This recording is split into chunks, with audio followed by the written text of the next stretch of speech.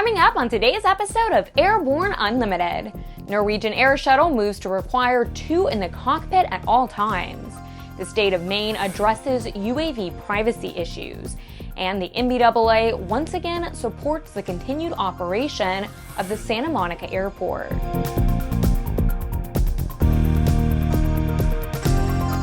Welcome to Airborne Unlimited. I'm Ashley Hale. The loss of Germanwings Flight 9525 due to what seems to be confirmed as a case of the first officer being left alone in the cockpit, which facilitated his deliberately crashing the airplane, has already caused changes in the way some other European air carriers are managing cockpit disciplines. Norwegian Air Shuttle has decided to change its cockpit procedures so that 2 crew members are always present in the cockpit. According to reports, Norwegian has been looking into changing its cockpit procedures for a while. However, in light of the tragic Germanwings loss, they're speeding up the process so that 2 crew members are always present in the cockpit. This means that if one of the pilot leaves, one crew member must replace him or her during this time. This would bring their operation in line with procedures followed in the United States. Today, there are no European regulatory requirements stating that 2 crew members must be in the cockpit at all times. The new procedure will be implemented as soon as Norwegian has received an approval from the Norwegian Civil Aviation Authority. There's no getting around it. People are concerned about the issue of privacy when it comes to UAV operation. A bill introduced in the Maine legislature would make it a crime to fly a UAV over someone's property without their express permission.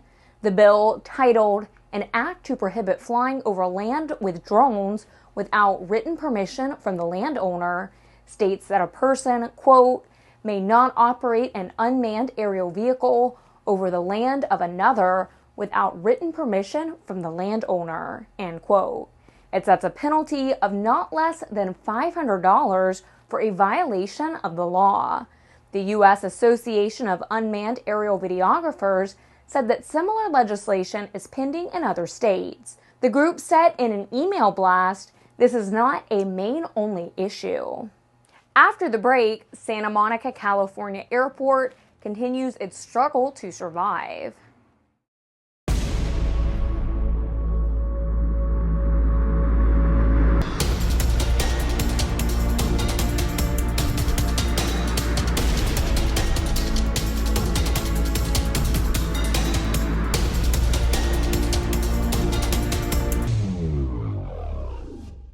Since the early days of powered flight, pilots have struggled with landing in crosswinds. In fact, crosswinds and wind gusts cause more landing accidents than fog, thunderstorms, and icing combined. That's where the Redbird X-Wind SE comes in. By placing pilots in gusty crosswind conditions for extended periods of time, the X-Wind SE gives instructors all the time they need to teach the pilot the proper techniques for landing in crosswind conditions. For more information on Redbird X-Wind SE and Redbird's entire line of flight training devices, visit www.redbirdflightsimulations.com. Sandia introduces the new SAI 340 Quattro TSO'd airspeed, attitude, altitude, and slip.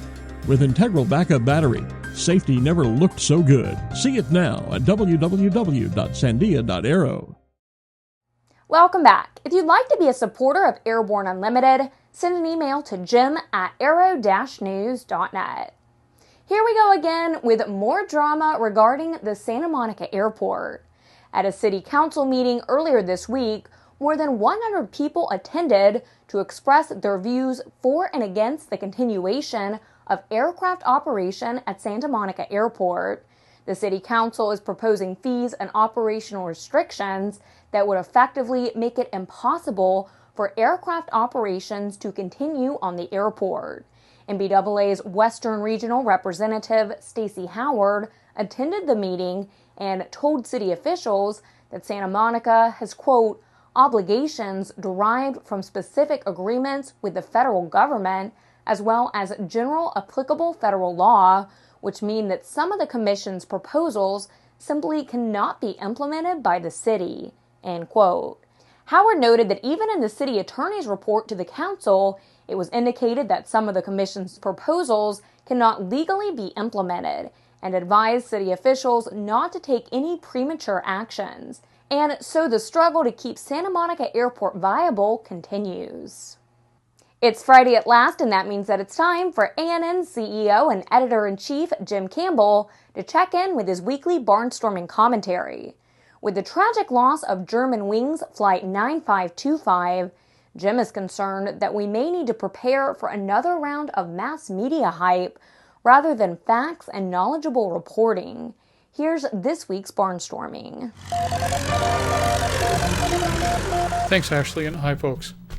Boy, what a mess. What a complete and utter mess.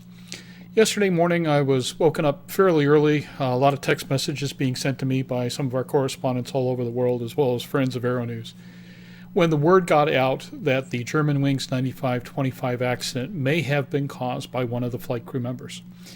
Now, we're going to have a real problem with this because, unlike our NTSB, the French authorities, the BEA in this particular case, allowed some of the law enforcement people to start talking about what they knew.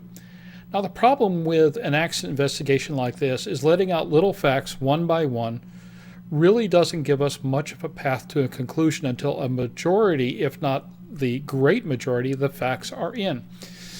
It is entirely possible that information on the FDR may totally change the tone of what happened on the CVR, and yet there may be external sources.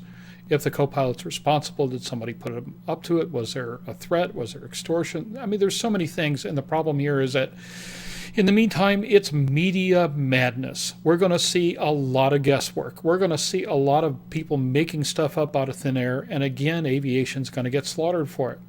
And the fact of the matter is this. We have a safety system that has changed since 2011. One of the facets in how this accident occurred was because we tried to make something safer.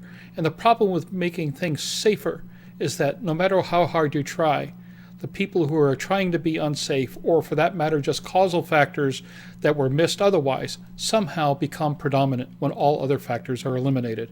In other words, there is no perfect safety. There is no way to avoid everything. There is no way to protect people from cradle to grave. The plain fact of the matter is this: nobody's getting out of this world alive.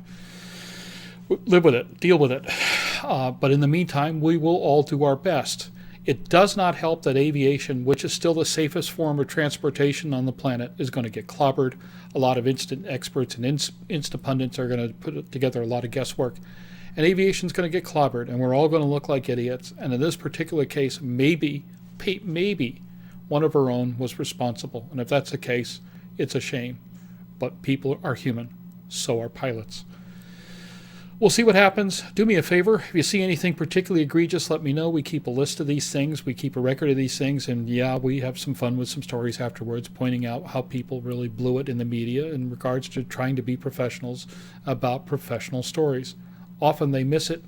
Often we're the poorer for it, and we all have to deal with it. We shall see. For the Aero-News Network, Airborne and Aero-TV, I'm Jim Campbell, and I'm ducking for cover. After these messages, T. Bella Dinh-Zarr takes a chair at the NTSB. There's a difference between charting a steady course and pushing for the ceiling. And for nearly a century, Hartzell Propeller has been defining that difference. It's in our passion for engineering and research and our dedication to testing the limits of performance. We are built on honor. We are Hartzell Propeller. AML's patent-pending wireless induction charging system eliminates confusion over those charging cables, cuts down cockpit cable clutter, and allows you and your passengers to fly cordless and eliminate the cable nightmare. www.aviationmodificationleaders.com. The KSN 770 is an affordable, WAS-enabled integrated MFD with a flexible hybrid user interface from Bendix King. Get your fingers on the 770's perfect blend of touchscreen and hard buttons. Easily control your GPS navigation, Navcom, weather, traffic, and terrain in any condition. For more information, go to bendixking.com. Welcome back. With so much news coming out of the aviation industry, we've summarized some other interesting stories in a brief segment we call Around the Patch.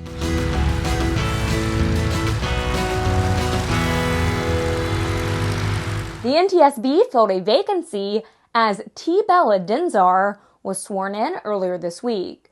Throughout her career, member Dinh-Zarr has been a strong advocate for using science to advance transportation safety and public health.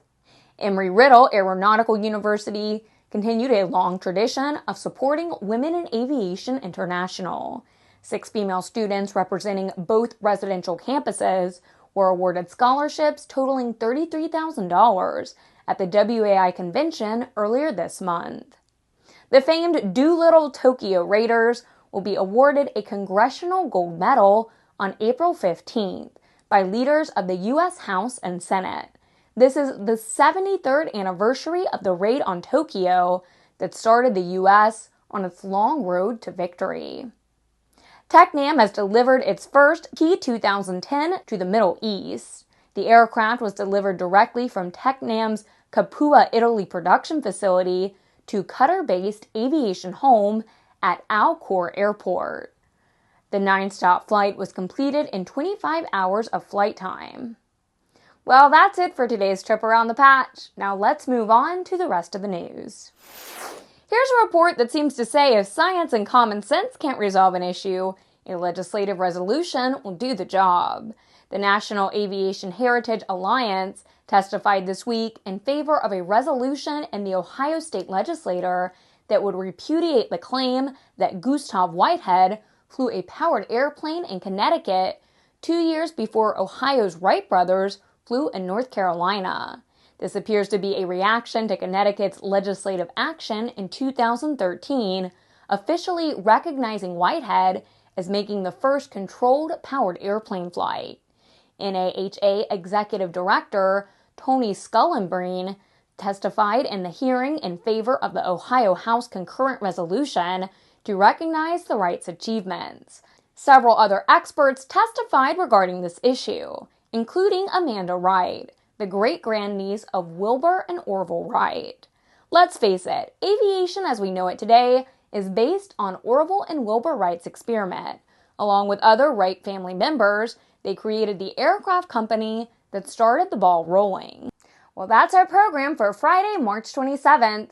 Remember to get comprehensive real-time 24/7 coverage of the latest aviation and aerospace stories anytime at aero-news.net.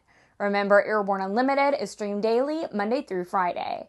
Please join us in a growing roster of over 100 outstanding industry associations and organizations every weekday for the best in aviation and aerospace news. I'm Ashley Hale. Thanks for watching.